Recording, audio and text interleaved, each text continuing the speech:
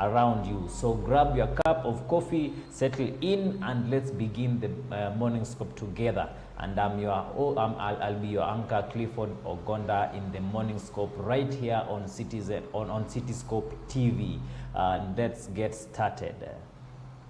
And today, this morning, we just want to have a look at what is happening in our newspapers and what stories that are hitting headlines today in most of the newspapers. We are going to look across on what is happening from the Standard to the Star, and also after that we will have a look at a little bit of business news and then sports news. So stay with us even as we go through this newspaper review together. And one of the top stories that I'm seeing that are hitting the headlines this morning is that a police officer linked to Ongondowere murder. That is one of the top stories that is in the front page of the Standard newspaper. We find that the police officer linked to the Ongondowere murder, that is creating headlines. And I can see in this picture we have that assassin car, the KAZ 645Z. The KAZ 645Z, I can see a white car there, a white Toyota Mark II owned by Assistant Commissioner of Police Juma Ali Halkal, is at the center of the investigations in the murder of Kasipul MP Charles Ongondowere. And this incident that occurred on April 30th, 2025, last year, that is when the Member of Parliament, Charles Ongondowere, the Kasipul Member of Parliament, was murdered. And a car at the center of the investigation into the murder of Kasipul MP Charles Ongondowere, allegedly used by the suspects who trained and legislator shortly before he was shot dead in Nairobi, belonged to a senior policeman. So the Standard newspaper, and according to the investigations, they are saying that the car that was involved in the murder of Kasipul Charles Ongondowere is allegedly and is suspected to be of a senior policeman, and the officer has since testified in court as a state witness in the ongoing murder trial. Yes, so that car is allegedly said to be one for a very senior police officer in the country. So those are that is one of the top stories that are creating headlines this morning. And if I look at again another story, we find that the Sifuna-led ODM function terms 10-point agenda report fraud. 10-point agenda report fraud, that is also another story that is making headlines in the Standard newspaper. And a faction of ODM leaders who are mainly against the broad-based government have dismissed the 10-point agenda report as a fraud. They termed the report released on Tuesday as a public relation exercise and the biggest betrayal of the late ODM leader Raila Amolo Odinga. And so we find that the Sifuna-led ODM faction termed the 10-point agenda report to be fraud. And that means that they don't align with the 10-point agenda that was released the other day by the president and also the ODM party leader, that is Honorable Senator Dr. Oburu Oginga. And the Sifuna team has termed the 10-point agenda report to be a fraud. That means they don't align with whatever the president and the committee delivered to the people of the country. And if we move forward, shortly since witnessed have left mental anguish, says flood survivors. And these are some of the stories from the people who are affected by the floods that occurred just the other day in most of the areas in the country. And Nairobi was a major major affected in these scenes, and parts of Nairobi were submerged following the heavy rainfall on March 7th. And it's been a week since the heavy rains that pounded parts of Nairobi, but the heart-wrenching scenes have left traumatizing memories for the survivors. The Friday evening deluge left a trail of destruction and at least 26 deaths, and some of these who lived to tell the story recall watching helplessly as people and property was washed away.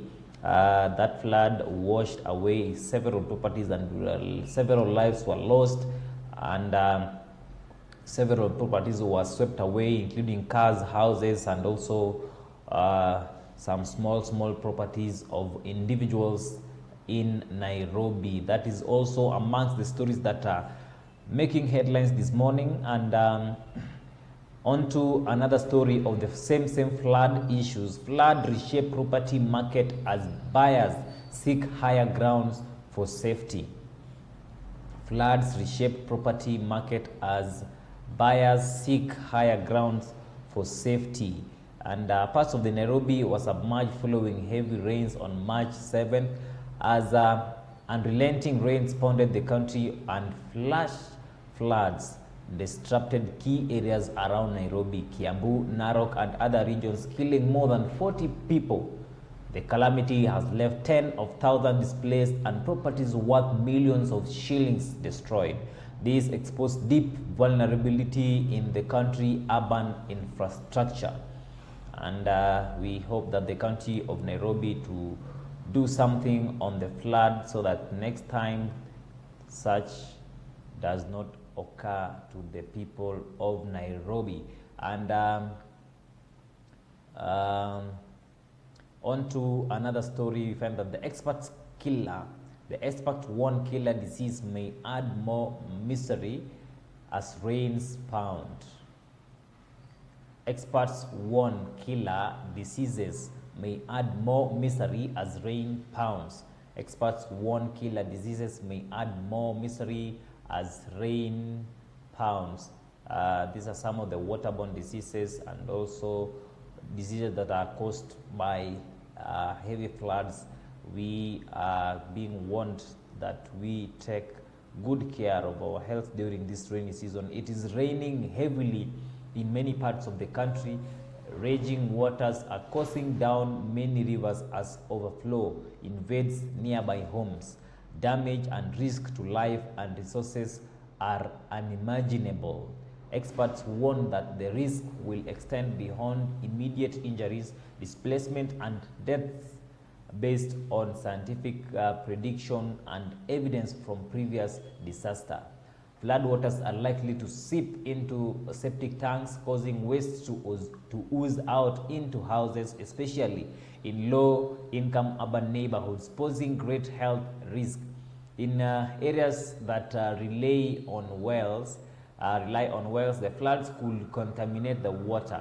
An advisory from the Ministry of Health has sounded the alarm of waterborne diseases, notably cholera, typhoid, diarrhea diseases, and the ministry is also warning the respiratory infection are ongoing in increase due to prevailing cold and damp condition. A 28th survey by the Kenya Institute of Public Policy Research and Analysis, KIPRA, conducted from February to March showed a surge in both waterborne and respiratory illness following the flood of December 2017. That year, cholera cases were reported in various parts including Garissa, Isiolo, Kiambu, Meru, Murang'a, Nairobi, Turkana, and West Pokot. And cholera cases in South Africa have risen by over 7 times in the first 6 weeks of 2026 compared with the same period last year due to severe flooding, infrastructure damage, and inadequate water and sanitation among displaced population. An analysis by the World Health Organization shows those are some of the data and statistics across the country and across the world about floods and its causes, and also the diseases that are caused by the floods, and also the damages of some of our sewer lines, and also the rivers that sometimes break during the overflow of water. A total of 4,320 cases and 56 deaths from cholera were reported between January 1st and 15 February in 5 counties from the region, up from 586 cases and 11 deaths in the same period in 2025. The increase, World Health Organization notes, contrasts with the general decline in cholera cases across the continent, which reported a drop of 47% in 2025. The sharp rise in cholera cases in South Africa is a clear reminder that how climate-related shocks the intensifying public health risks. Dr.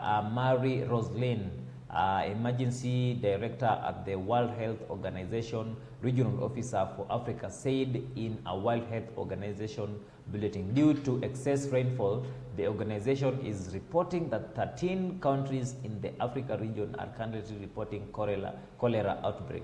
Other notable waterborne diseases linked to the flood are bilharzia, dysentery, and typhoid. Cold and damp conditions are also predicted to lead to respiratory illness such as flu, pneumonia, and measles, among others. They are also likely to trigger chronic diseases such as asthma. So those are some of the reports that are given since 2017 up to today, the 2025. And as floods continues to rage, another expected risk involves dangerous and poisonous wildlife such as snakes and crocodiles, which may force out their usual habitats into human dwellings and or farms, exposing people to danger. Experts also warn about rodent-borne diseases such as leprosy and bacterial diseases spread through water or soil contaminated with rodent urine, and can also lead to liver and kidney damage. Those are some of the reports that are given by the World Health Organization and precautions to the people of the country during this rainy season. And moving to another story is that Emurua Dikirr by-election to cost 59.3 million as IEBC seeks additional funding. That is according to the death of the Emurua Dikirr that died in an helicopter crash, and the IEBC is organizing for a by-election, and they are saying that it will cost 59.3 million, and also IEBC is seeking for more funding so that the by-election can be done successfully. That is the IEBC chairperson, Erastus Ethukon, and other commission members during a media briefing at Anniversary Towers in Nairobi. That was on January 27, 2026. The Independent Electoral and Boundaries Commission, IEBC, will use 59 million to conduct the Emurua Dikirr by-election, according to documents tabled before the parliament. The amount is part of the wider 887.95 million additional allocation that Commissions is seeking under the 2025-2026 financial year supplementary budget 2 to enhance electoral pre-readiness ahead of the 2027 polls. All right, moving to another story. Moving to other stories, we are going to how Kindiki's wife spent 44.5 million in 6 months. How Kindiki's wife spent 44.5 million in 6 months.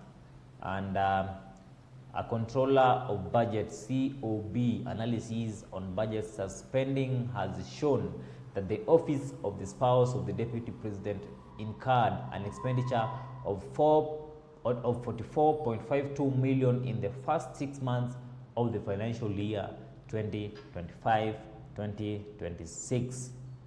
Yes, that is amongst the stories that we are creating and giving you. And questions as hotel linked to ex-PS Irungu attacked in Kisumu. The hotel was just attacked the other day. That was the morning, the Tuesday morning. The hotel was attacked in Kisumu, and the CCTV footage shown that is when the former PS Irungu Kenyara's hotel in Kisumu was raided by unknown people, and the fangs of hooliganism in Kisumu reared their ugly head after goon raided a hotel belonging to former PS Irungu Nyakera, vandalizing property and stealing equipments. This happened amidst an ongoing rent dispute between Nyakera, the proprietor of Fairways Hotel, and the Lake Basin Development Authority. Yes, that is the story that is also happening in the Standard newspaper. Uproar as state plans to invade Karura Forest. Karura under siege as tree cutting casts shadow on Ruto's green agenda. President William Ruto rarely misses an opportunity to remind the world that he is a champion of climate change, a defender of forest, and a crusader of reforestation. From international summits to local forums, he positions himself as a leading voice on climate action. The leader determined to rescue the environment, restore degraded landscapes, and increase Kenyan's forest cover. That is amongst the story that are making headlines in the Standard newspaper. And moving to other stories is that police officer links to kill of the murder of Omundowere. Also, we find that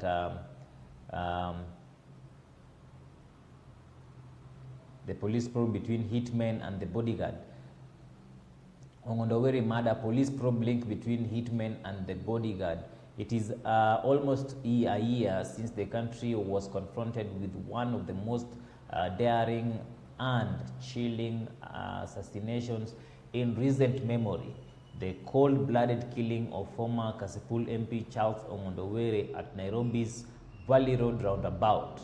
Now the Standard has obtained inclusive CCTV footage that could, for the first time, offer the clearest glimpse yet into what unfolded into the moment leading to the brazen attack on April 30, 2025, a plot that investigators say may reach deep into the slain MP's inner circle. That is also amongst the story that are making headlines. And moving to a different story is that why 10-point agenda team failed to meet Raila's demand.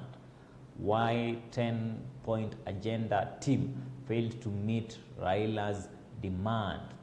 And the Committee of the Implementation of the 10-point agenda and the National Dialogue Committee report, the NADCO, leaders yesterday disappointed many Kenyans after failing to address key issues former ODM leader Raila Odinga demanded when signing the Memorandum of the Understanding on March 7, 2025, whereas the Agnes Zani-led team was expected to release a report reflecting the government's commitment to implementing the reforming agenda, banning issues like actualization of the 2/3 gender rule were ignored. Into this 10-point agenda, maybe we now move to the Star, that is so that we get what is happening. And we find that the Committee on the 10-point agenda releases report highlights progress and recommendations. And I can also see the President William Ruto and ODM party leader Oburu Oginga during the release of the report on the 10-point agenda on March 10th, 2026. And the 5-member committee on the implementation of the 10-point agenda agreed upon the President William Ruto and the late ODM leader Raila Odinga has released its report, making a wide array of recommendations on policies, legislative and institutional issues that require further action. The committee, led by the former nominated Senator Agnes Zani, arrived at the recommendations after extensive stakeholder consultation across the country through public forums and submissions through memoranda. Based on those engagements, the committee notes that there is a progressive implementation on the 10-point agenda, although several policies, legislative and institutional issues require further action to enhance effectiveness and delivery, the committee said. And key among its 11 overall recommendations is the formation of a broad-based mediation committee between the Senate and the National Assembly to fast-track outstanding bills, as well as enhance protection of protesters by enhancing new laws that guarantee respect of Article 37 of the Constitution. The National Police Service should be resourced and supported to strengthen continuous training and retooling of the police for effective crowd management in accordance with the rule of law.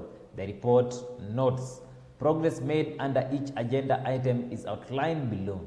Number 1, the NADCO report implementation, and the progress on full implementation of the NADCO report includes enhancement of 3 key bills: the Independent Electoral and Boundaries Commission Amendment Bill, that is 2023, the Statutory Instruments Amendment Bill 2023, and the Ethic and Anti-Corruption Amendment Bill 2023.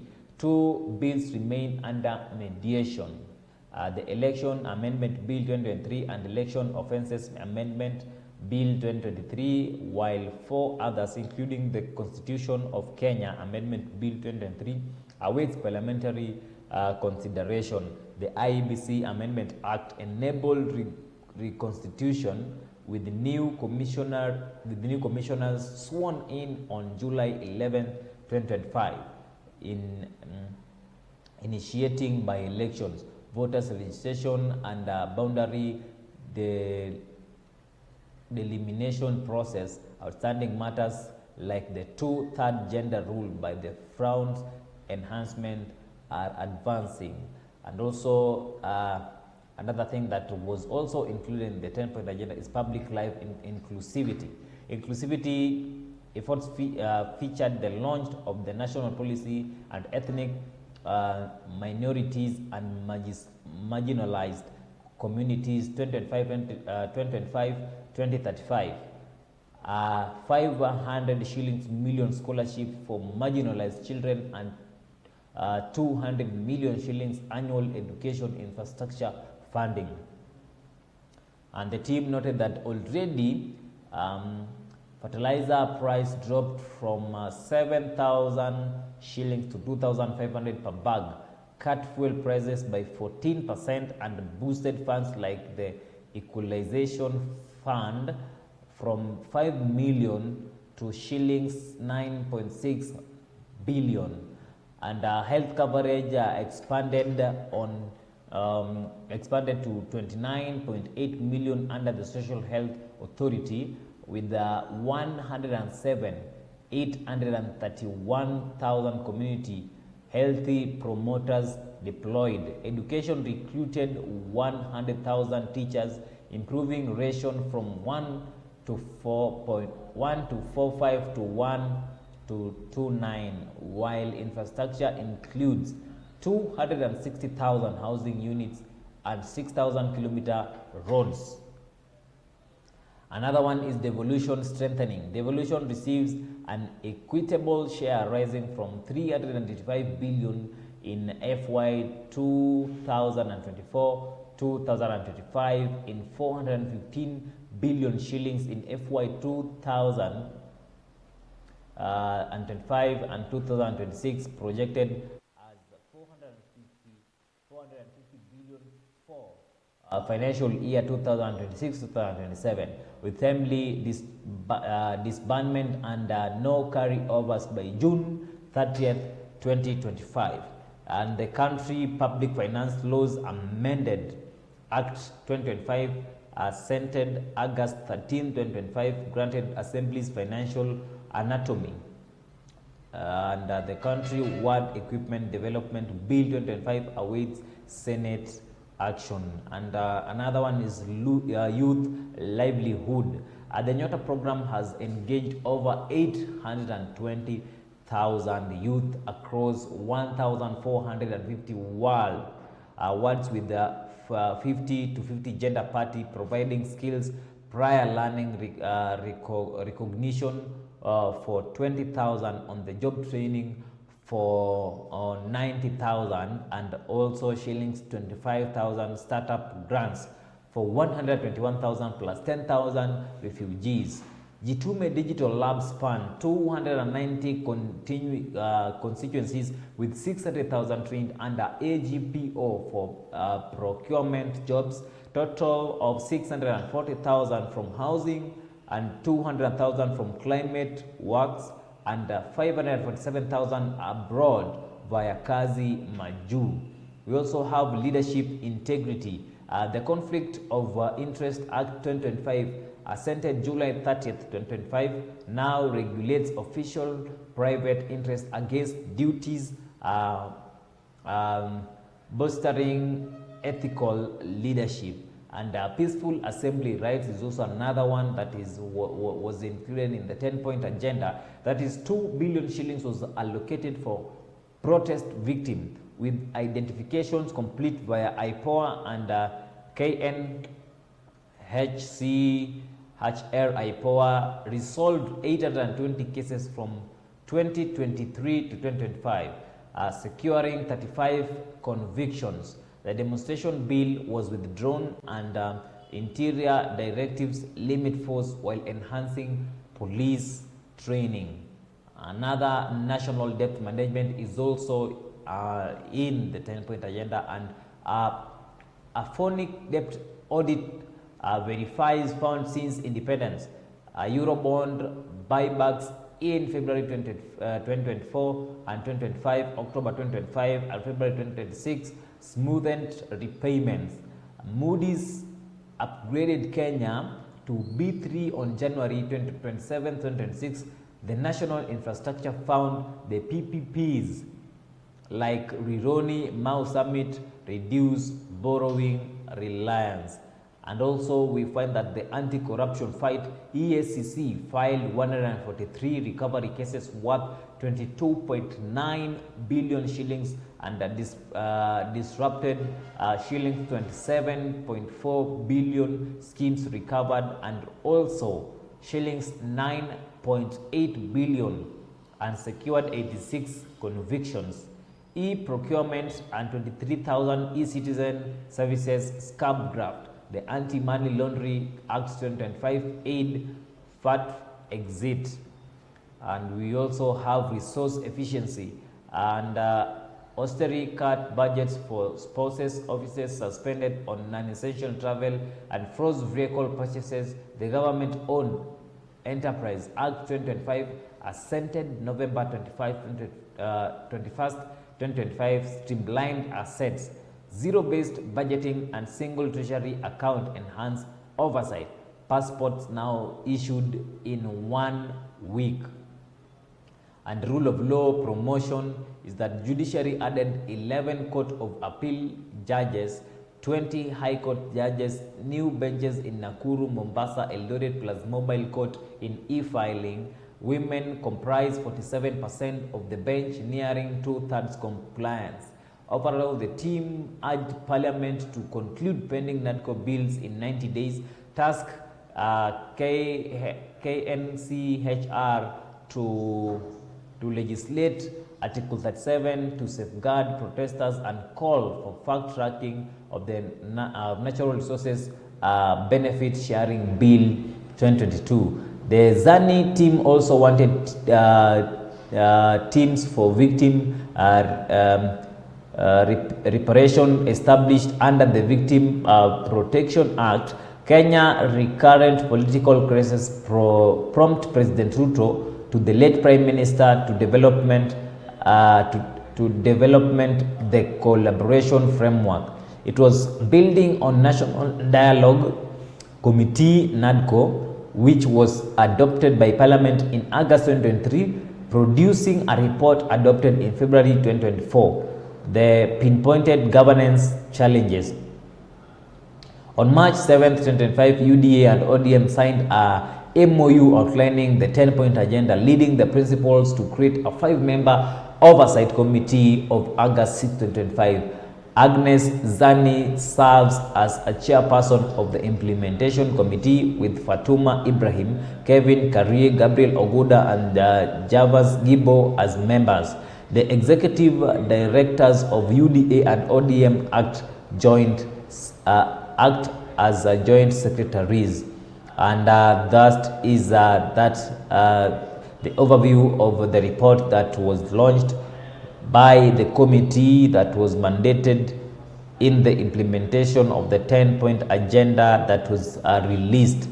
And those are some of the highlights and the progress and the recommendations that was in the report of the 10-point agenda. And we will continue updating you in as much as the report will be complete and the recommendations will be in place. We will continue updating you on what is happening and how the 10-point agenda will work effectively. And on to other news, we also want to look at this story that the death and the destruction, shame of failed city system. Shame of failed city system. And that is a section of the Enterprise Road in Nairobi industrial area blocked after the river burst its bank following the heavy downpour on Friday night. And deaths, wrecked property, floating cars, and sheer devastation marked the Friday night downpour that left a trail of destruction in Kenya's capital city of Nairobi. Those are the stories that were captured on Friday night, a Friday of terror or a night of terror. And fresh twin challenge against infrastructure fraud lands in court. Fresh twin challenge against infrastructure fraud lands in court. That is President William Ruto assessed the National Infrastructure Fraud Bill at State House in Nairobi. The broad-based governments may not rest easy with the National Infrastructure Fraud NIF after a fresh twin challenge was logged in court yesterday. And also we also have PS Omolo urges security officers to manage natural resources to reduce conflict. PS Omolo urges security officers to manage natural resources to reduce conflict. That is the Interior Principal Secretary Raymond Omolo during the Integrated Natural Resource Management Program startup workshop in Eldoret that was on March 10, 2026. Security officers have been urged to manage natural resources to reduce conflict among themselves. Speaking during a startup workshop on the Integrated Natural Resources Management Program in Eldoret on Tuesday, Interior Principal Secretary Raymond Omolo said modern security management require officers to focus on natural resources use and protection. Dr. Omolo said insecurity situation had become sophisticated and demanded attention beyond maintaining law and order. And traditionally, our mandate as a State Department has been associated with maintaining law and order. However, it's today's evolving governance and security landscape.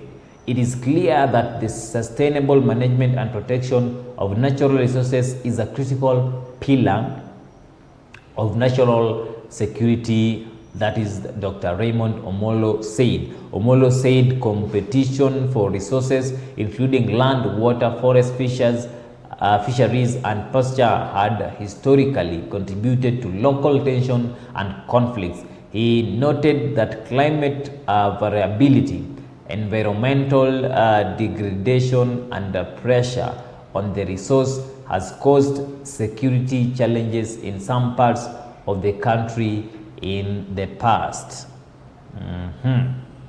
And the PS said degradation of ecosystem led to resource scarcity, threatened livelihoods, diminished economic opportunities, and social tension.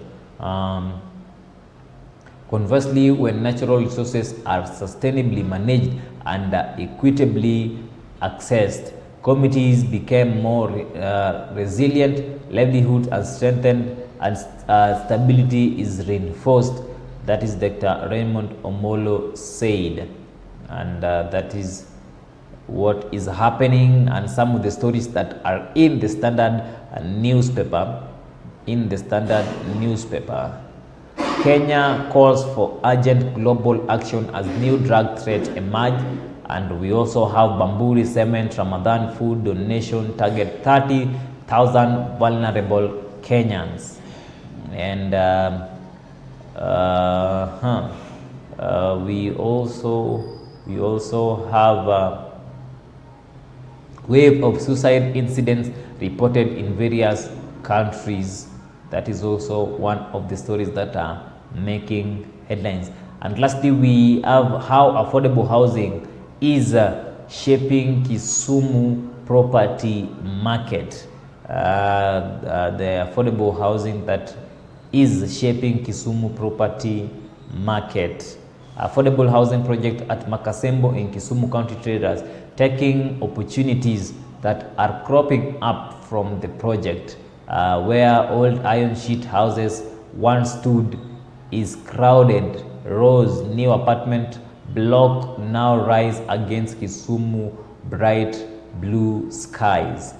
Right, and those are some of the stories that were making headlines in the Standard newspapers. If you find time, you can go through the Standard newspaper and also other newspapers that have interesting stories.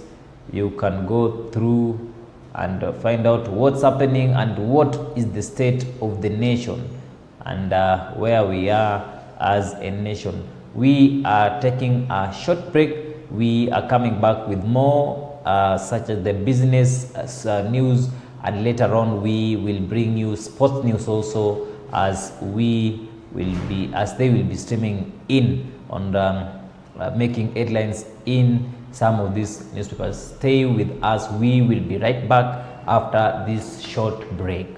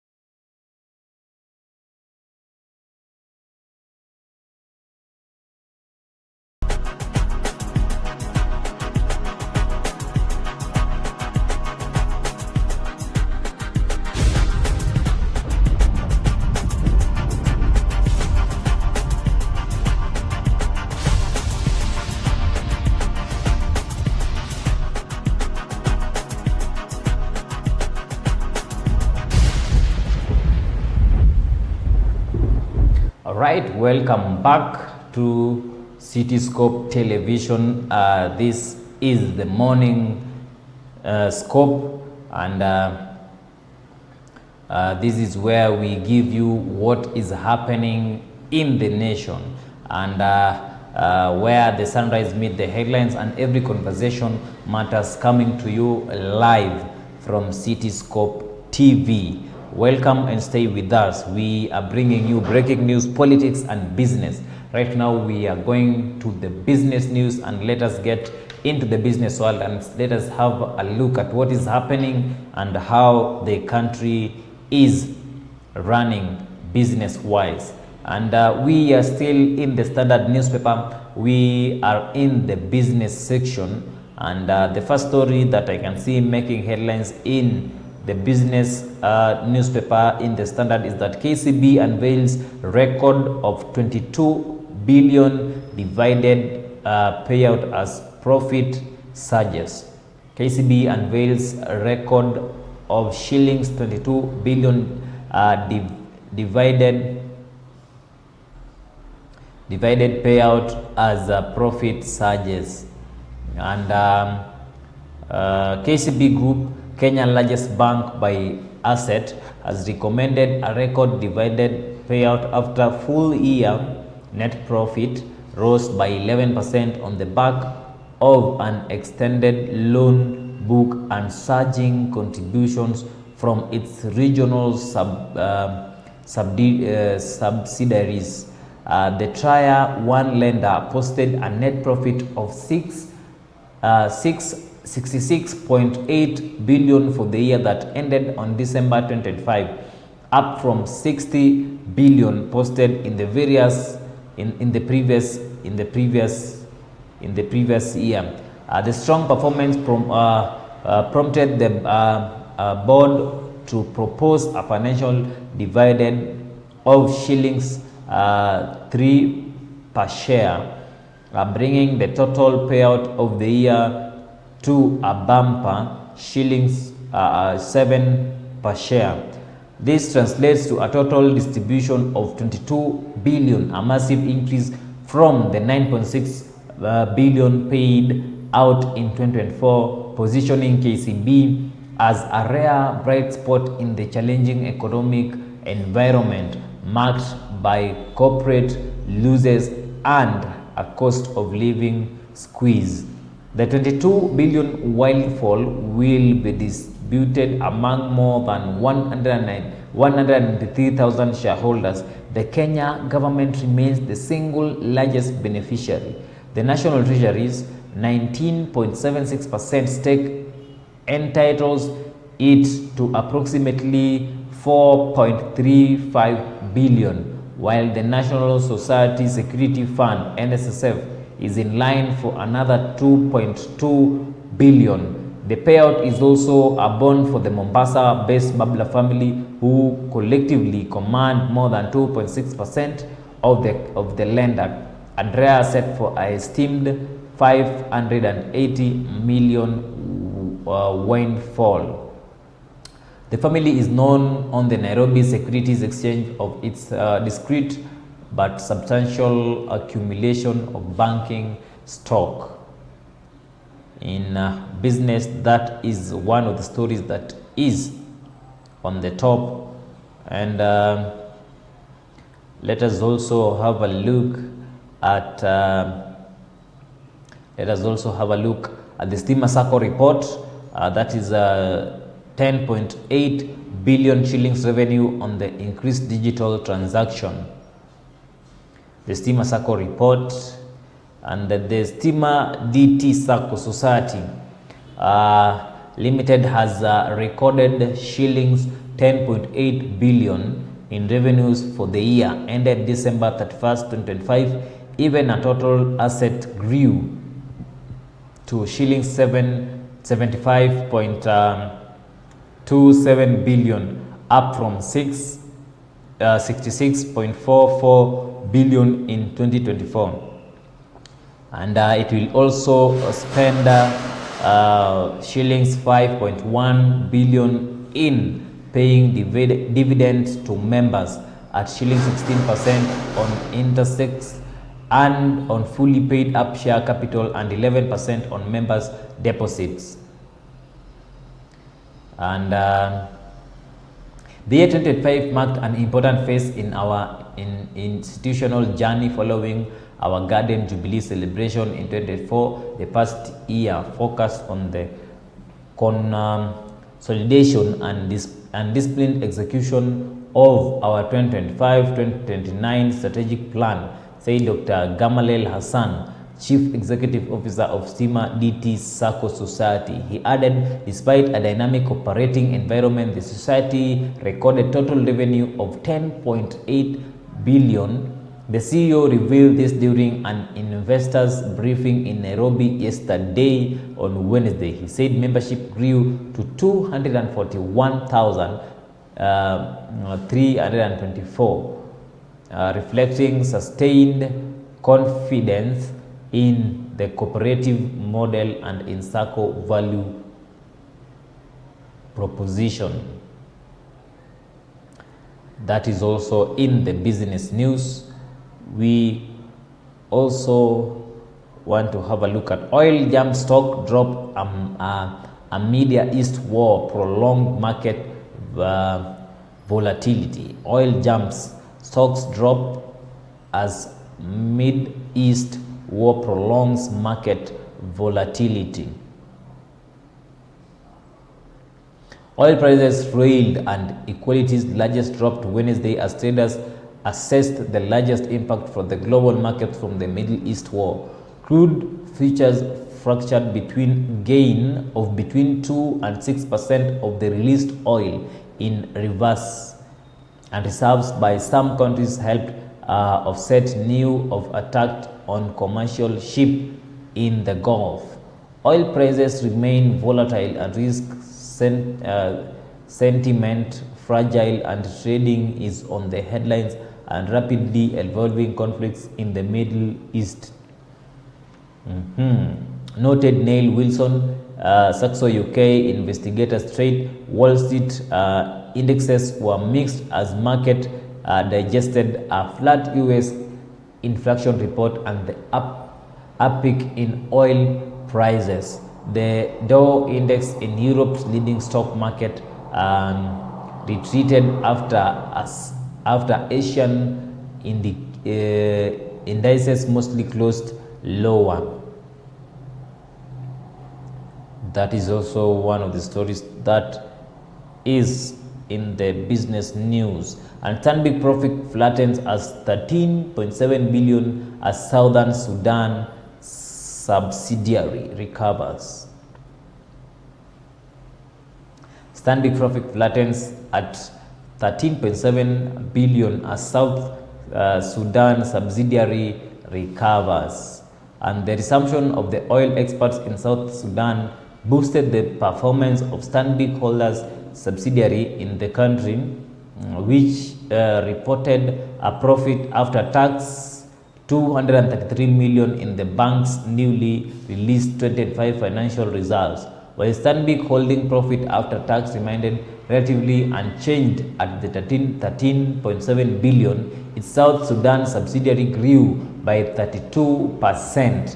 This compared the 2004 when subsidiary recorded a decline of 63% in its profit after tax, settling at 176 million. The bank then explained that the drop was associated with the domestic unrest in the country that saw cessation of oil exports, with humanitarian organizations scaling down their operation in the country as a result.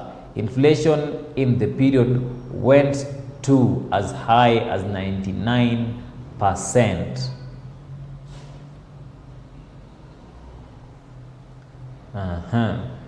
That is also one of the stories. A new development spur Watamu Beach in tourism as tourism investors return. New developments spur Watamu Beach tourism as investors return.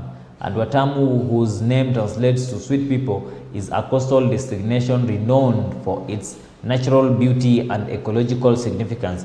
It has been recognized as Biosphere Reserve by the United Nations Educational, Scientific and Cultural Organization UNESCO due to its pristine white sandy beaches, turquoise lagoons, and rich marine biodiversity. And we also have floods reshape property market as buyers seek higher grounds for safety. That one we had already got. And IRA takes over Trident's insurance, 2 others in compliance crackdown. IRA takes over Trident Insurance, 2 others in compliance crackdown. And insurance regulator has placed 3 companies under statutory management, shutting their operations and barring them from writing new policies with immediate effect. The Insurance Regulatory Authority, IRA, on Wednesday said it had placed Trident Insurance Company, Mutual Assurance Limited, and corporate insurance company under statutory management under Section 67C and of the Insurance Act.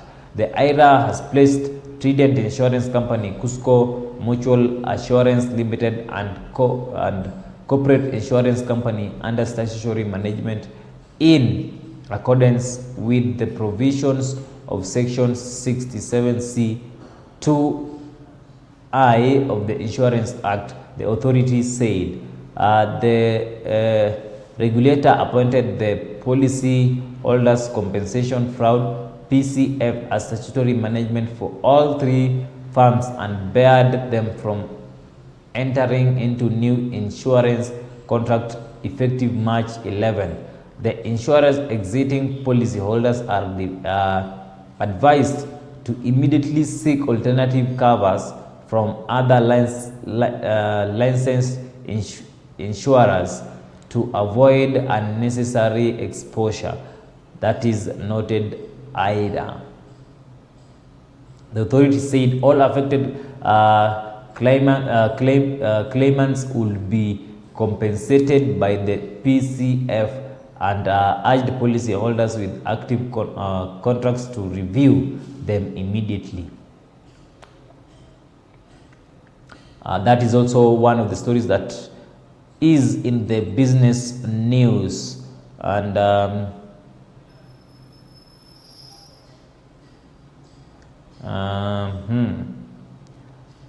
if we go to a different story, we find that Karura MC faults government over the controversial tree nursery project. Muturi alleged state plot to take over Nairobi hospital. And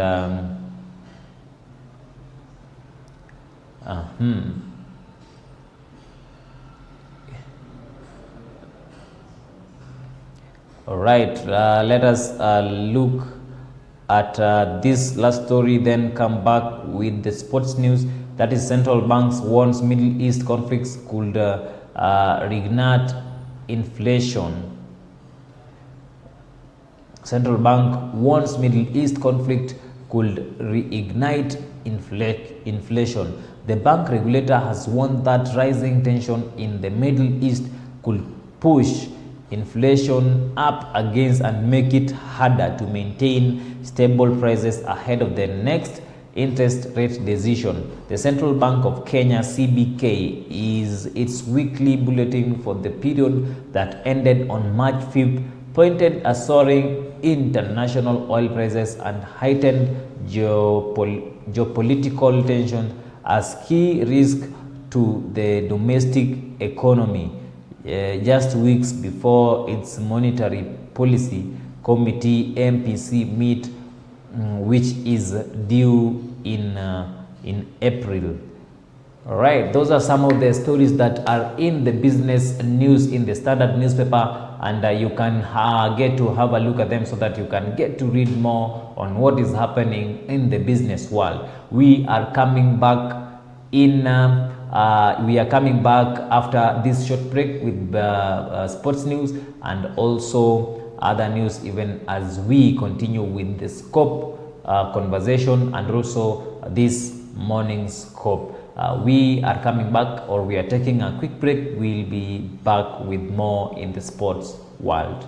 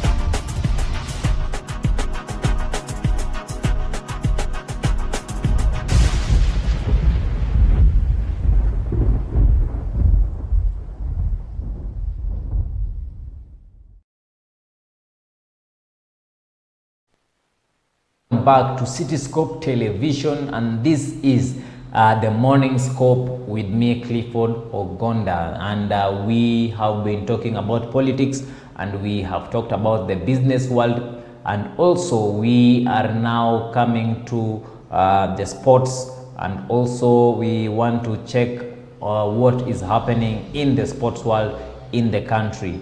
We are going to have a look at some of the stories that are happening in the Standard newspaper in the sports section, and titles on the line as Coast Region champions seek fresh mandate. Titles on the line as a Coast Region champions seek fresh mandate. And former national basketball champion Dr. Aggrey and Kaya Tiwi are among host shots who will be seeking a good start when the 2026 Coast Region Term 1 game begin today at Kenyatta High School, Mwatete, Taita Taveta County, having relinquished their crown to Rift Valley powerhouse Laser Hill Academy last year. Dr. Aggrey must retain their regional title for them to stand a chance of reclaiming the national trophy. They will take on Kenya TV in their opening Group B, then face off with their host in the second encounter. And in the sports news, we also find national champions Butere and Musigi retain, and also Chana brothers ready for big test against Top Guns at Safari Rally. Chana brothers ready for big test against Top Guns at Safari Rally. And not since 1965 when brothers Joginda signed a Jaswant won the East Africa Safari Rally in Volvo PV44 as they have been sibling as successful as the China brothers just met and Vanida. The China brothers are among 6 Kenyans who will be competing in the WRC Safari Rally 2026. And also we want to look at the Premier League and also check the live scores and I can see Manchester United.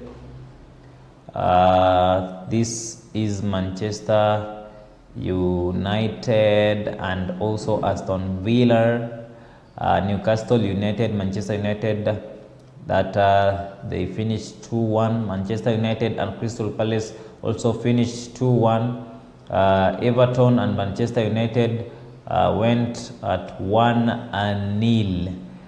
Those are some of the games that were there, I think, yesterday. And also the fixtures, games that will be played on the 15th of March. We will have Manchester United versus Aston Villa. We will also have AFC, Bournemouth and Manchester United. That will be on 20th March. And also 13th April we'll have Manchester United and Leeds United.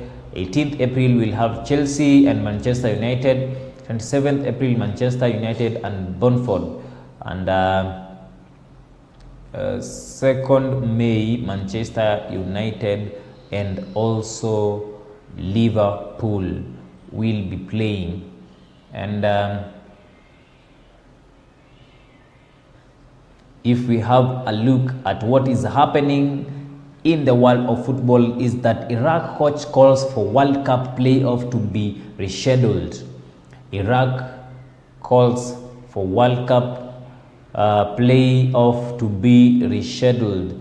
Iraq coach Graham Arnold pleaded with the FIFA on Monday to postpone his some intercontinental playoff for the World Cup because many of his players and backroom staff are stranded by the growing Iran war. The Iraq are due to face either Suriname of Bolivia on March 31st in the Mexican city of Monterrey for a place in the World Cup final.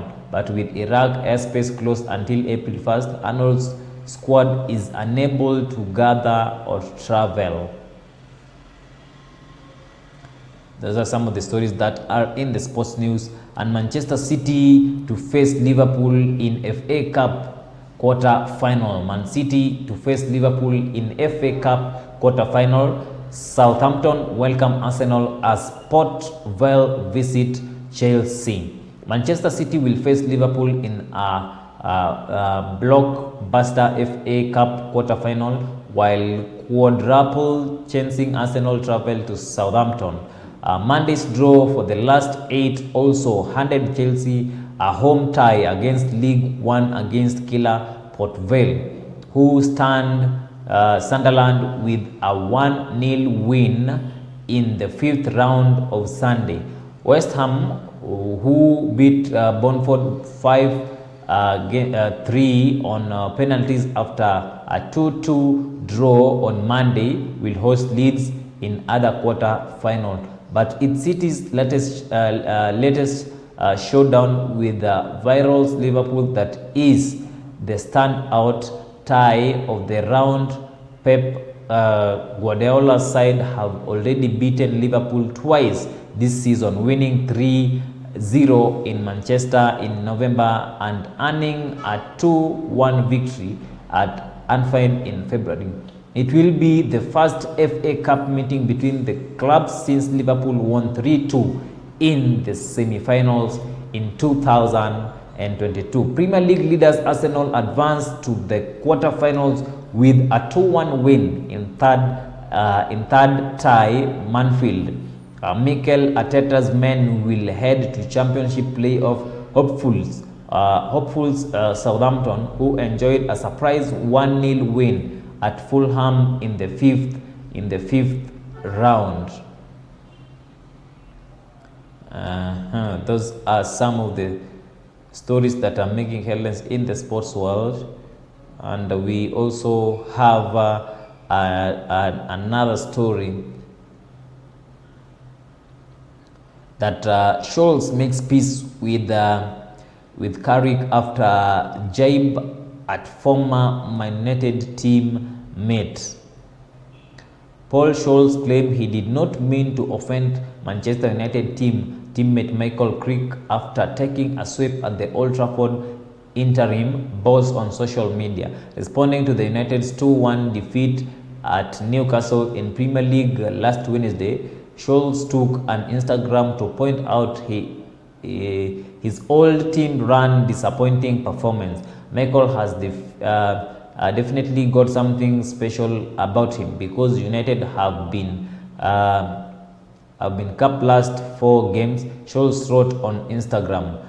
It was a first defeat on Carrick since he replaced the sacked Ruben Amorim in January. United have climbed to third in the Premier League and the challenging of the Champions League qualification after going unbeaten in Carrick's first 7 matches prior to the Newcastle loss. Scholes played alongside Carrick in United's midfield for 7 years, and another of their old teammates practice ever critics Scholes comments saying he hoped he was hacked.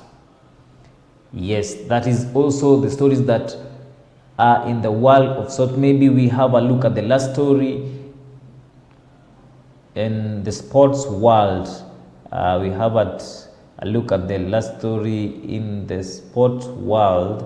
We found that the Safari Rally 2026, the Kenha issues traffic advisory, list alternative routes to Naivasha. The Kenya National Highway Authority has warned motorists to brace for disruptions on key roads as the Safari Rally takes over Naivasha from March 12th to 15th. The rally, the third leg of the 2026 World Champions WRC, will affect movement along major highways in Kenya, advising road users to use alternative routes to avoid gridlock. Truck drivers face this standards warning, park at undesignated locations on the highway and face immediate arrest. Kenya outlined 4 alternative routes for motorists. The scenic route runs through Nairobi, Rironi, Magumu, Flyover, Njambini, Olkalu, Donduri, and Lanet. The adventure route goes through Nairobi, Rironi, Naivasha, Engineer, Olkalu, Danduri, and Lanet. Motorists can also use the Thika Trail, which runs through Nairobi, Thika, Magumu, Olkalu, Danduri, and Lanet, or the Suswa shortcut via Nairobi, Ngong, Suswa, Narok, and Nakuru. Those are the alternative routes that have been advised to the motorists so that they avoid the backlog in the Naivasha during this time when we are having the WRC, the second leg in Naivasha. That will take place from 12th to 15th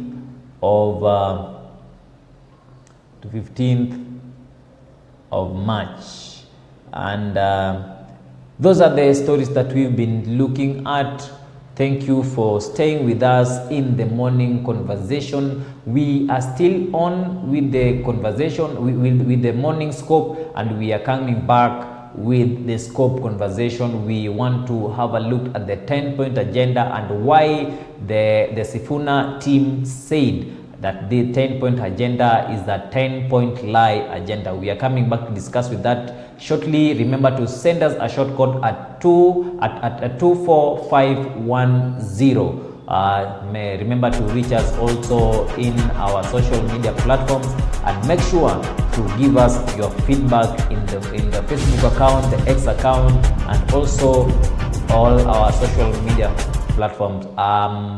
Your host Cliff will get back to you shortly. After this short break, we are coming back with the Scope conversation. Stay tuned and stay with us. This is Cityscope Television.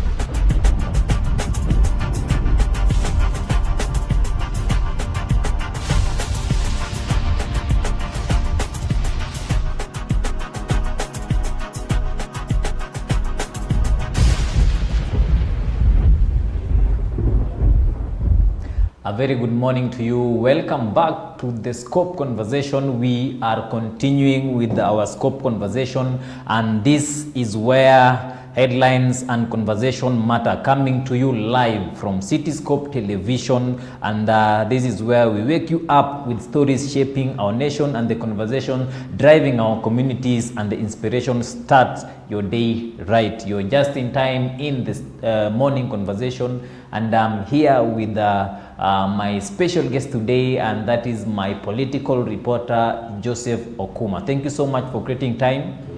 Thank you so much for creating time to be with us. Welcome. This is the morning conversation. We are going to look at the politics and also the state of the nation, and also the political strategy. And we are also going to tackle the party politics ahead of the 2027 general election, and also the future of opposition. We want to look at how the future of opposition is looking like, and also is the coalition party helping or hurting the government. And also we are going to handle the 10-point agenda, and also our political reporter will break it down, and he will make understand according to what the 10-point agenda is stating. And we are also going to know why the Sifuna team rendered the 10-point agenda as the 10-point lie agenda. We are going to get into that shortly, and let us get into the story. And now welcome again my political reporter. I will just try to maybe you help us know where are we headed as a country, as a politically? Are we headed to the right direction now, in as much as we are headed towards the 2027 general election? Okay, thank you so much, viewer. Thank you for hosting me this morning. Mm-hmm. And basically, the question that you asked is very much important. Being that Kenya is a democratic nation. Yes. People basically believe that elections are the pillars that drive the Kenyan discourse or Kenyan conversation. And it's not all about 2027. It's all about immediately the announcement is done for presidency. You see a lot of politicians rallying themselves to really drum up support for their side. It is not all about 2027. It is all about the political game plan. Immediately the announcement is made for the presidential position. Kenyans are always focused to who will really talk to the government or against the government. That is basically the first round. Second round, political parties, they are always focused on power. So that means that immediately announcement is done, you see they come together, strategize on what exactly they should do better to really clinch the position they lost. And that is why you see the rival party, initially, rival party against the Kenya Kwanza government 2022 was basically Azimio One Kenya Alliance. Immediately Ruto was announced, then the Supreme Court confirmed that his presidency was declared legally. You find out that Azimio Kenya One Alliance started pressurizing the Kenya Kwanza government. So that means it was like to destabilize their attention, not to focus on their manifesto, but now to focus on the political discourse. It's like, we are together in a certain direction, then all of a sudden I pinch you, then you will not focus to where you're going to. You will focus to who has pinched me. So that means the political game plan begins immediately. So towards the next election. So it is not all about 2027. It's all about how can we make sure that we attain the power in the next election. So that is why political discourse begins immediately. The president has been announced. And also, it is nowadays, even in the counties, you find out that those people who were rivals, you find out they begin immediately. And this also has caused even deputy governors to really fall apart. Currently, you see the Homa Bay county government, you find out that the deputy governor, Oyugi Magwanga, resigned from being the deputy governor and eventually announced his bid to vie for the seat in 2027. So it is all about the alignments and game plans. Immediately, the announcement has been made. So do you think that according to the state of the nation right now, yes, are we aligned towards the same direction or the same political strategies? Basically, out of what is happening is that a politician is always a mathematician, basically calculating strategies on how to dislodge the person in charge of that position, his popularity, so that he can actually sit there. So basically, the direction of the country, whenever politics is at high stake or high stage or in a high momentum, you find out that it's always division. People are aligning themselves to their political outfits, which they feel like addressing what they want. So essentially, politically, we are in the right direction.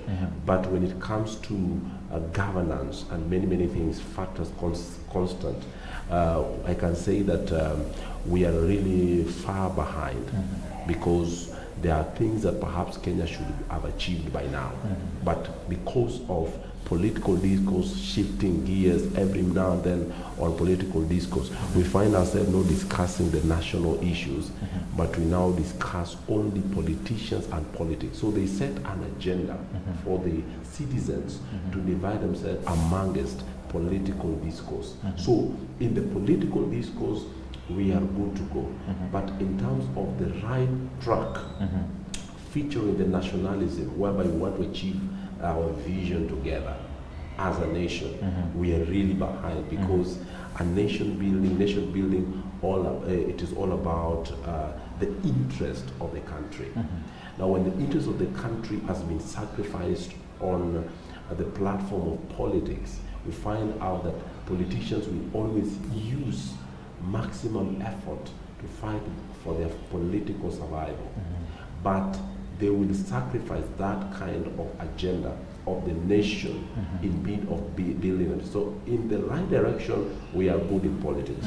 But in the wrong direction, we are in the side of governance. Yeah. And then what do you think now after, right now, most of the Kenyans are confused because people, some others are on the one term, others are on the two term. Do you think as now we have the right candidature for 2027 election, or we can maybe still wait until the wrangles between the ODM fraction and also the UDA thing is sorted or settled? And are they going to settle this thing soon before the 2027 general election?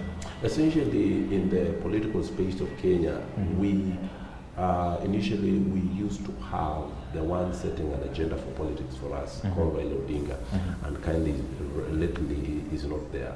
So that's why, you know, there is this kind of the statement that you say confusion. Yes. Now confusion is coming because many knew that Raila would actually vie for 2027 elections, but unfortunately he's not there. So each and every personality in the camp, particularly the camp of ODM, they're trying to do what is called alignments. And then number two, they're trying to test the waters. How deep is it in terms of my popularity? For example, you say this confusion. The confusion is basically merging on the other side of ODM because some factions are feeling like I need to be given that kind of the position of Raila Odinga. I can really go for it. I can do it better. I can actually enhance maximum support from Kenyans. And the other camp is also saying it is time for us to work with the government. Now, when you look at the formation of the UDA, UDA is busy consolidating grassroots support. And there's no wrangles and momentum in UDA because their party leader is existing.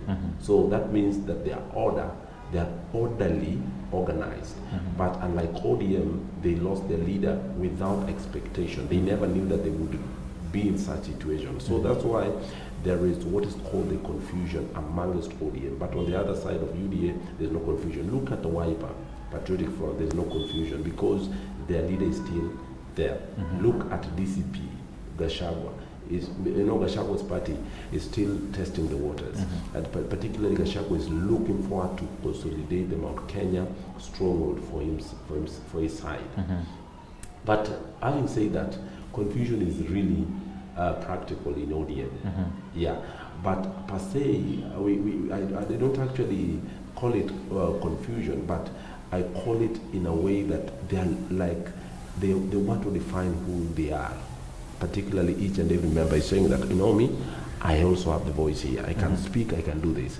And also the leadership of the party currently constituted, they are actually saying that, oh, we also need to obey the orders of the political hierarchy, which is led by Oburu Odinga. So there is that tug of war.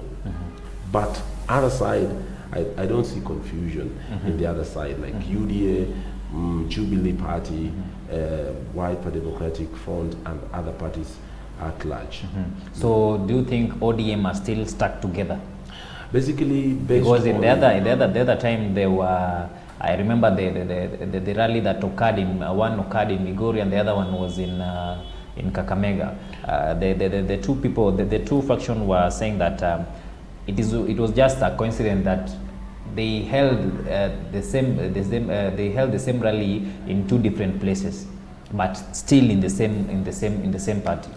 You know what I always say is that conversation arises with the spirit behind the message, because when I say to you that I don't support you, there are things that I will do to vindicate or prove that I don't support you.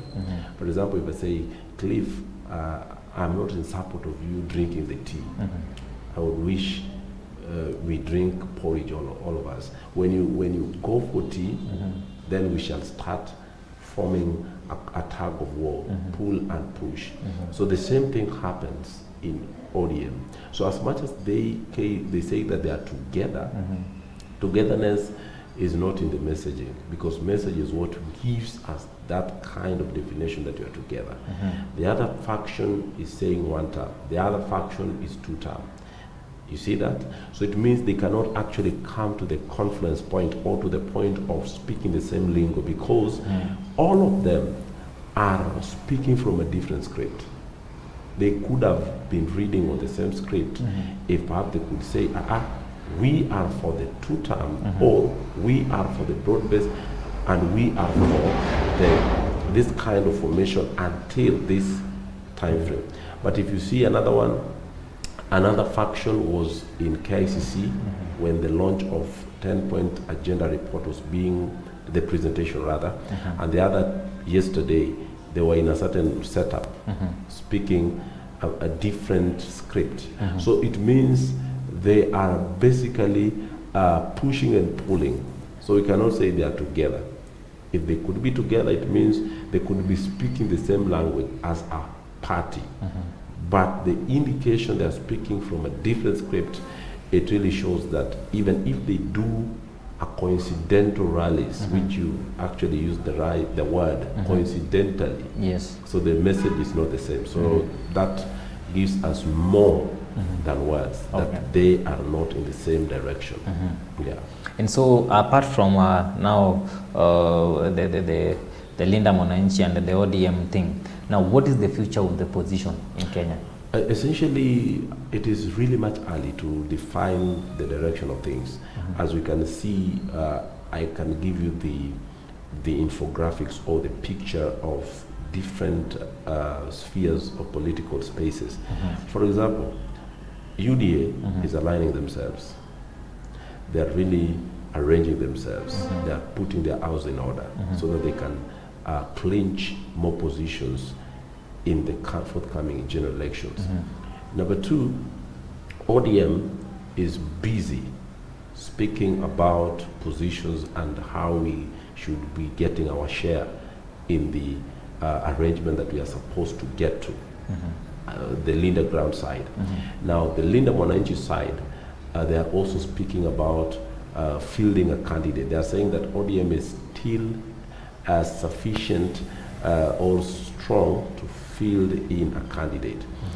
Now, if you look at that kind of a discourse, I believe that the alignments of ODM, Linda Mwananchi and Linda Ground, will be defined by the NDC. That is where things will start moving in a certain momentum. Now, on the side of Linda Mwananchi, if perhaps they are really looking forward to be a force to reckon with, they should be looking forward to have a party, number two, have an office, and number three, have what is called orderly positions, whereby they have their party leader, they have their chairman, they have different kind of representation in their leadership structure. That one will actually give them direction. Now, number three, the opposition. The opposition, which is basically, we always call them united opposition.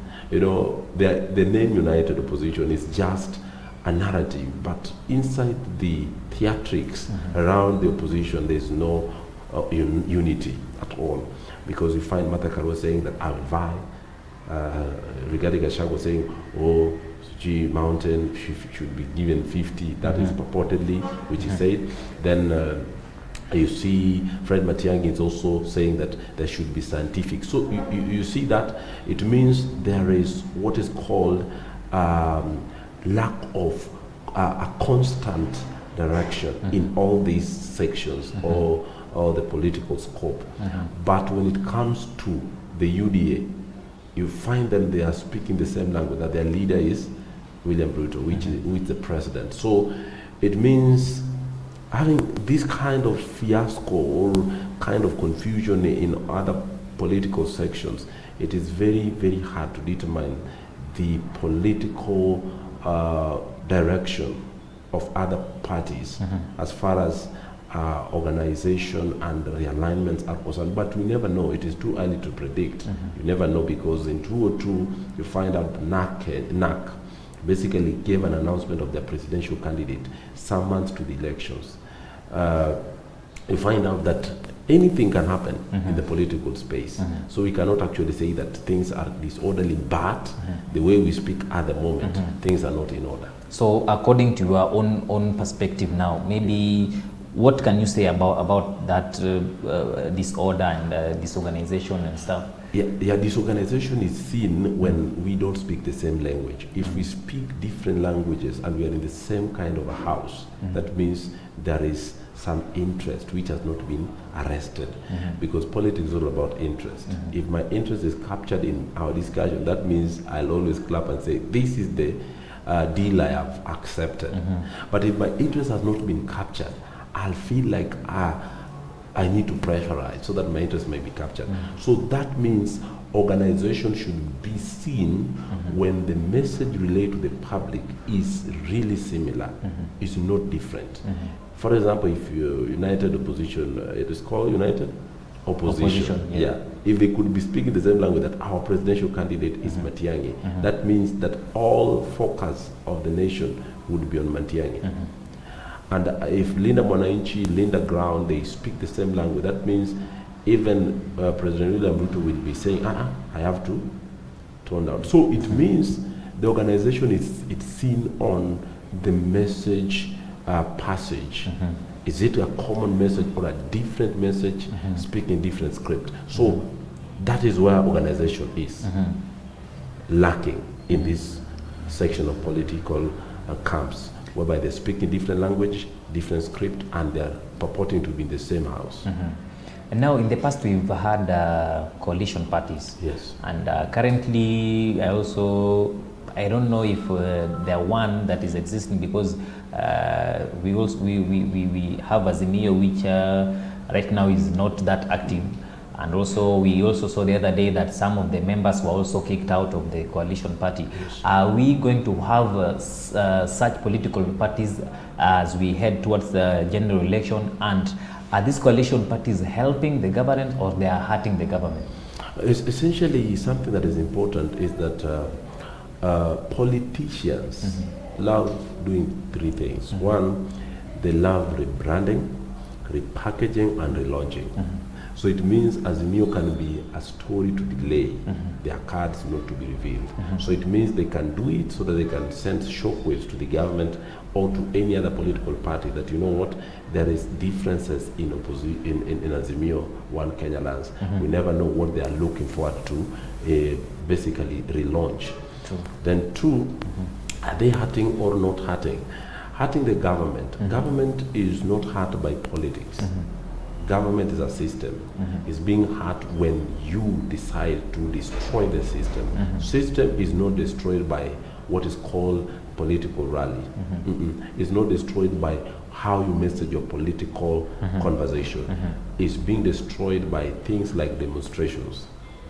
Because anytime demonstrations are done, the system loses a lot of money. So it means there's no hurt to the government. There is no kind of damage done to the government if there is only political alignments, opposition coming and saying whatever that Gachagua is ever doing doesn't make the government lack sleep at all. It does not make any kind of atmospheric pressure or pressure of atmosphere. It does not bring any pressure whatsoever. Whatever that is happening is that the government also has the political tones. They will actually respond to Gachagua, but they are not hurt. So the hurting begins when you engage into demonstrations, when there is what Raila Odinga in 2017, after 2017 elections, after the court nullified, they say to boycott. That is when government is feeling the pinch. The pinch, yes. Yeah, so it is not never hurt by any political alignments done and any political rhetoric done by any political outfit. So are we going to have more coalition parties, or we are going to have the same coalition parties? The more we have the coalition parties, because currently Kenyan politics, you cannot go alone as a political party. You must actually look for an alignment with other political. That's why people are faster, are really looking for to register more political parties so they can have what is called the invitation for a discussion on the table in the political discourse. So in the coalition aspect, we find out we always end up having two powerful horses running for the position. So, for example, 2017, there was what is called NASA. 2022, there was Azimio versus Kenya Kwanza. The rest of the presidential candidates were treated to be like others. But the focus was majorly on two. So it means that if perhaps currently, as we speak, there are two major sections. There is one, the Kenya Kwanza or UDA against United Opposition. So we never know the third-based alliance that can be formed. And even something can happen. We don't know.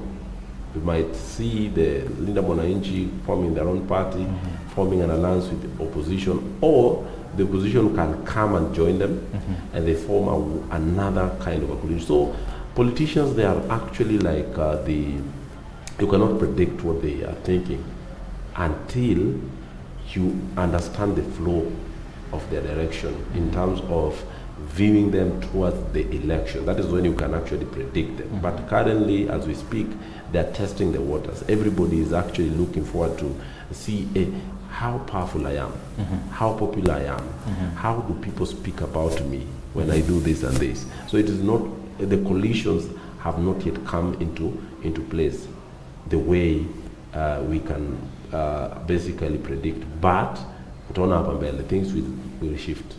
Yeah. Now, aside from politics and the party politics and the coalition stuff, now corruption is one of the major issues that we are facing in the country right now, and that is one of the things that is pinching the nation.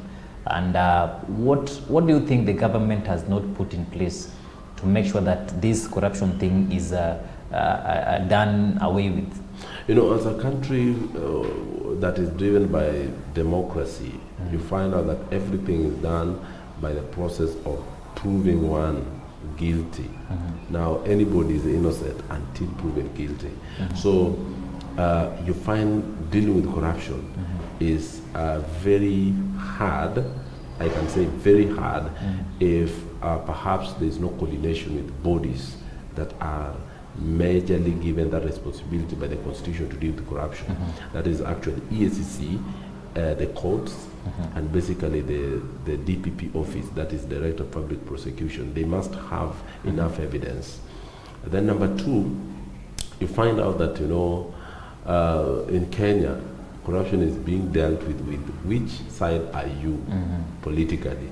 If I want to sanitize myself and you are in the system or in your side, I just align to the system. You find out that corruption cases are ever made louder once you really break ranks with any position, with any other system in place. That is actually what makes corruption to be hard when dealing with. So political goodwill must be there. There must be what is called coordination with other bodies. And these kind of two areas currently is where I'm studying and where I'm in, I believe there is little that has been done in terms of dealing with corruption. There's little that has been done because coordination is like not there. Then number two, there's no political goodwill, because if it comes to corruption, it should be dealt with as a threat to the national economy of a country. We should deal with corruption not looking at your political side. Which side do you support? We deal with it in accordance to the law. But that one is not seen. That's why corruption, and I think corruption is not easy at the moment, as it used to be. When 2013, you see 2013, when Raila Odinga basically became opposition leader officially after the declaration of William Ruto versus Uhuru Kenyatta and William Ruto. You see him unveiling scandals. That time you see corruption being, but we don't see a body that can actually do what Raila did, the late Raila did, while he was in opposition in 2013, 2014, 2015. Unapata the IS scandal, the chicken gate scandal, many scandals were unveiled. But currently, it is very hard because... So you think that there's nobody who will come up with a fine strategy of doing away with the corruption and making sure that every other thing is accountable for? It is very much hard because what I'm really saying is this, that whenever I oppose you, I have to be so strategic that I don't talk about some scandals, because tomorrow I can employ those machineries to also expose you. So it means the current political space, I'm telling you, it really lacks that kind of political goodwill to go head on against corruption. Very, very, very low in terms of that. Because if we could have the political goodwill on the opposition side, we basically unearth corruption happening in the system, then we could be noticing some of the things that we don't understand or we don't know. Basically, Sifuna led the team said about it that through Karoli Omondi, when yesterday they were actually talking about the 10-point agenda, they called it 10-point lies. Yes. He said that this regime doesn't speak anything about corruption. They have actually turned their blind eye on it. But they can actually tell us which things are not done right, which culminate to corruption. What are those things? But that is the difference between them and Raila Odinga, the former and the late.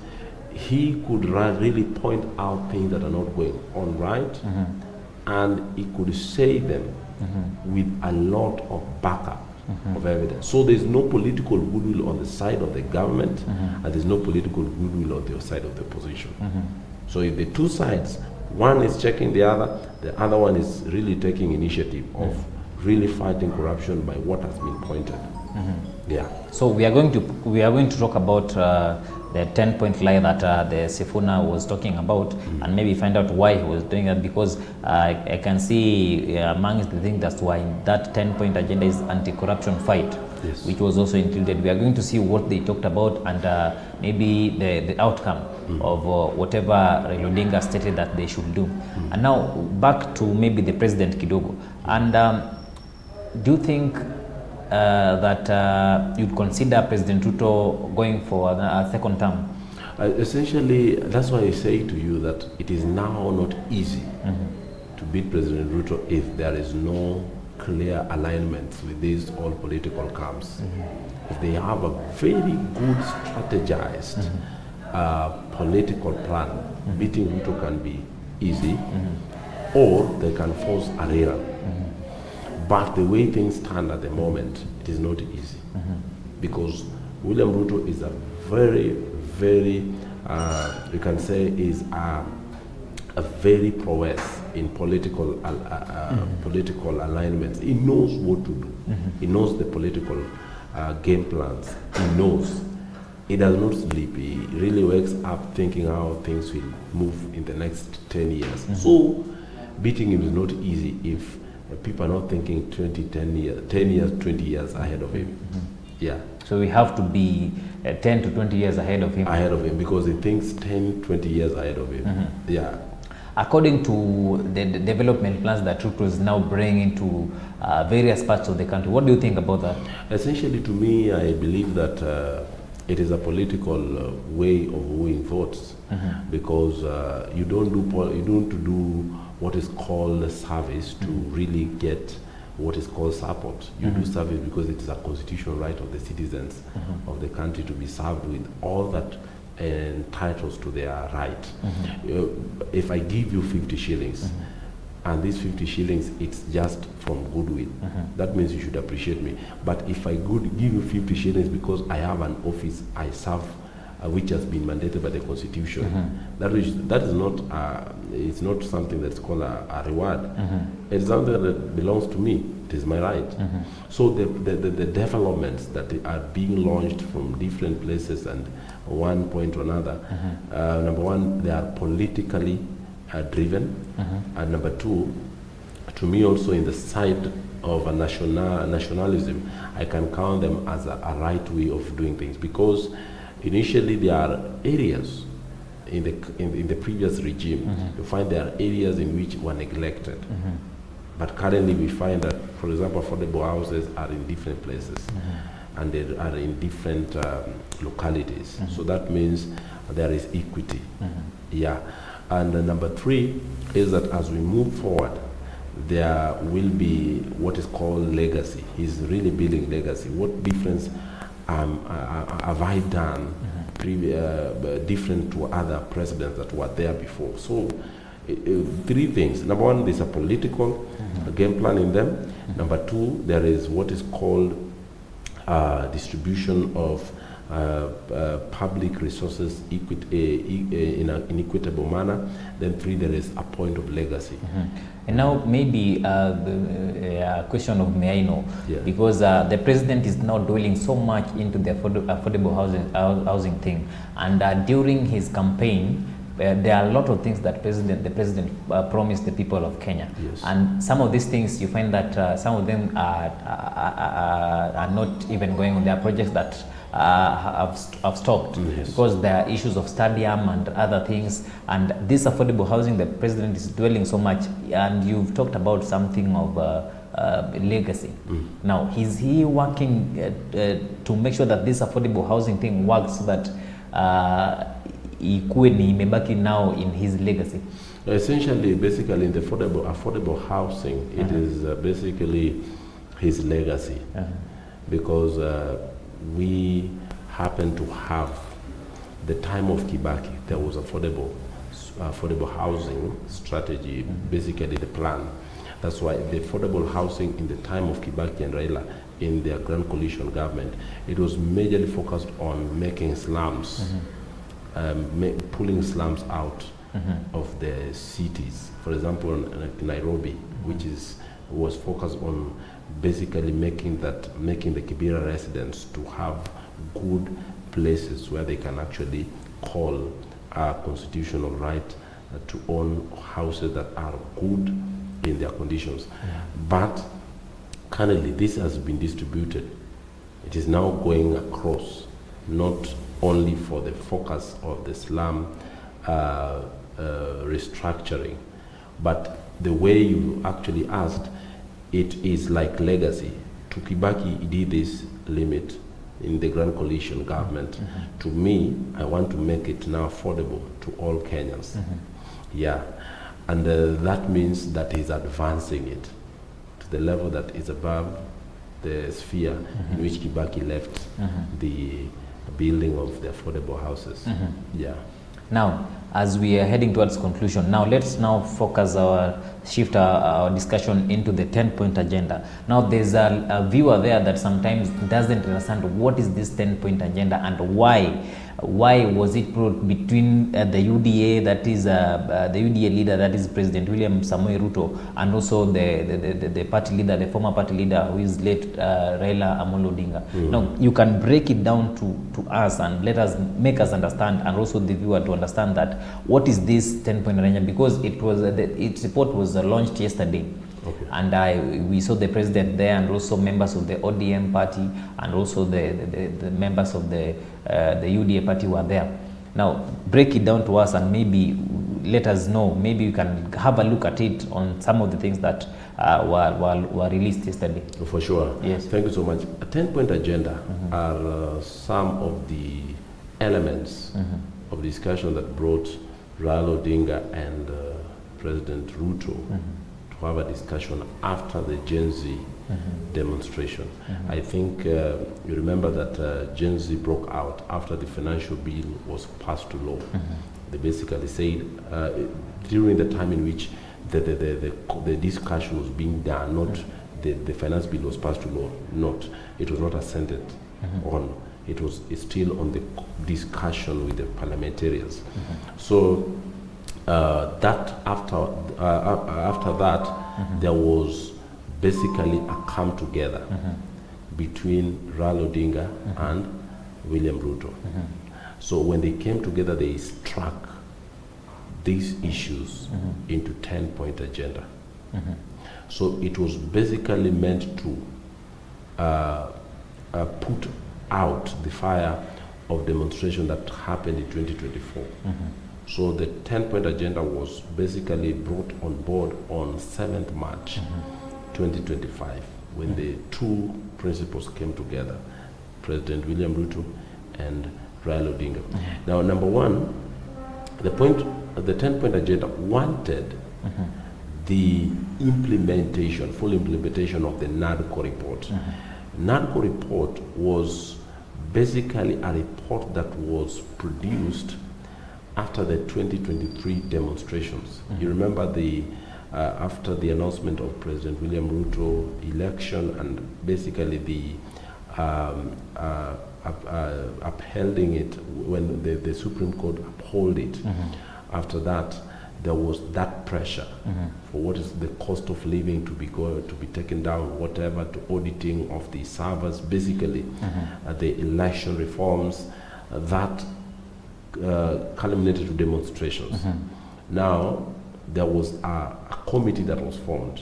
The committee that was formed were led by Murugaru side and the side of Kalonzo Musyoka. They sat down and they came up with a report. Now, this report was basically meant to be implemented so that it can actually bring down the political temperatures in the country. But in 2024, the Gen Zs broke that demonstration. After that, the 10-point agenda. Now, the 10-point agenda wanted the full implementation of the NADCO report. Now, the viewer can ask himself or herself, what is this NADCO report? NADCO report contained the following features. Number one, it contained what is called the cost of living. It was actually meant to bring out what the strategies meant to handle the cost of living. Number two, it was basically meant to handle political hygiene, whereby there should be no disruption of the political parties. So there should be a political party hygiene whereby there's no disruption. Number three, the NARCO report was basically talking about the essence of basically instituting reforms in the electoral body, whereby there should be clear update on the kind of elections, the kind of process that were employed in 2022 general elections, including the auditing of the server and many things. Then number four, there should be fighting against corruption. So having said all that is what was contained in the NARCO report. So they wanted the full implementation of the NARCO report, and therefore in NARCO report there should be an opposition, the office, the institution of the office of the opposition, whereby the opposition is considered to be a position in the country. Then also the creation of the office of the Prime Minister, basically from the way the NARCO report was. So this 10-point agenda number one, they wanted the full implementation of the NARCO report. Then number two, they wanted the auditing of the national debt. That is number two. So the auditing of the national debt, they wanted to, this 10-point agenda was to basically help us know how much Kenya owe to who, and how is that money or that debt handled.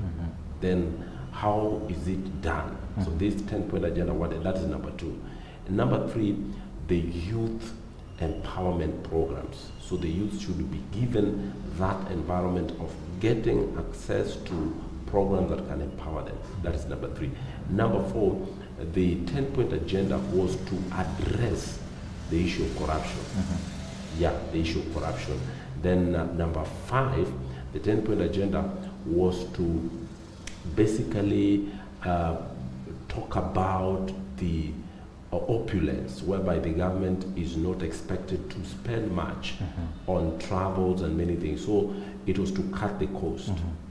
Then number six, it was basically meant to address inclusivity in the government positions, whereby different regions must be represented in the government position. And then basically number seven, it is basically to make sure that all the political positions, the political parties, they get to have what is called the commission in charge of the political parties.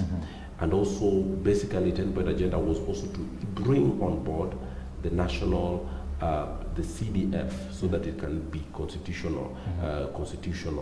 So having said just a few, is that this 10-point agenda, their implementation lies, and also something that included in 10-point agenda, it is the compensation of the victims of the police brutality, and basically those that died during the demonstrations. Now, the duration, as reported to the Edwin Sifuna-led team, they say that this 10-point agenda had the following frameworks. Number one, there should be update to the PG after a certain period of time. Then there should be update to the two principals. I think after 2 months there should be update to the two principals, that is President Ruto and former Prime Minister Raila Odinga. Then there should be, after certain duration, after 6 months, there should be PG meeting to review it. Then finally there should be a report. So the report, which Sifuna says, it could have been what has it been done, not what is going to be done. So that is actually what is bringing the difference here. What should be done, because the elapse of this 10-point agenda was on 7th, that is last week, 7th of March. But right now, or the likes of Wanga, they are saying it is a progressive thing. But the kind of framework which was set, it was a duration of 1 year. Yes. So I don't know how they are looking towards it, forward on it, but to me, what I can say is that there are things that cannot be done without being passed in Parliament. Thank you so much. My director is telling me that our time is up, but as we finish in 1 minute, why do you think now Sifuna, because it's seemingly the 10-point agenda, they came up with something that have not been done. Okay. And they are saying that this thing is progressive. Why do you think, is that the reason as to why Sifuna is saying that they are giving President Ruto 1 out of 10? Essentially, when it comes to Sifuna, Sifuna is basically doubting whether 2027, if perhaps ODM gets coalition with UDA, will there be full implementation of the agreement? Because it's viewing this as a way of testing the waters. So it was like Sifuna and the other team, they are basically treating President William Ruto as somebody who is very, very schemy. Is somebody who is giving you 50 shillings, but the 50 shillings is giving you has deducted some money in it. So it's like it's not trusting what Ruto is basically for. So it is a test. They were testing the waters, whether the faithfulness of William Ruto can be fully be seen at the end if the implementation is done or not. So Sifuna-led team, they are also right, because if you agreed with me that I'll do this and this, yet what we agreed on haven't been done, then that one is like with the faithfulness has been tested. Number two, anything you see done by politicians, never treat it as the way it is presented. If you treat it as the way it is presented, you will find yourself stumbling on a rock and your feet will crash. So the thing that is happening behind the scenes, there could be something that we are not told that were discussed behind the scenes between President William Ruto and Raila Odinga, but be only the public 10-point agenda is being presented. But behind the scenes, there could be something secretive, which people never know. All right, thank you so much. That was our political reporter, Joseph Okuma, who was with me in the Morning Scope. And this has been the morning conversation. And also, we have had in the past the scope, the morning scope. And now we have come to the end of this conversation, and we have we were talking about political strategy, and also our political reporter has tackled and has broken down to us what is the NADCO report and also the 10-point agenda that was released yesterday by the president and also the ODM party leader, Dr. Oburu Oginga. Thank you so much for staying with us. Until tomorrow, same time, same place. Let us see you then.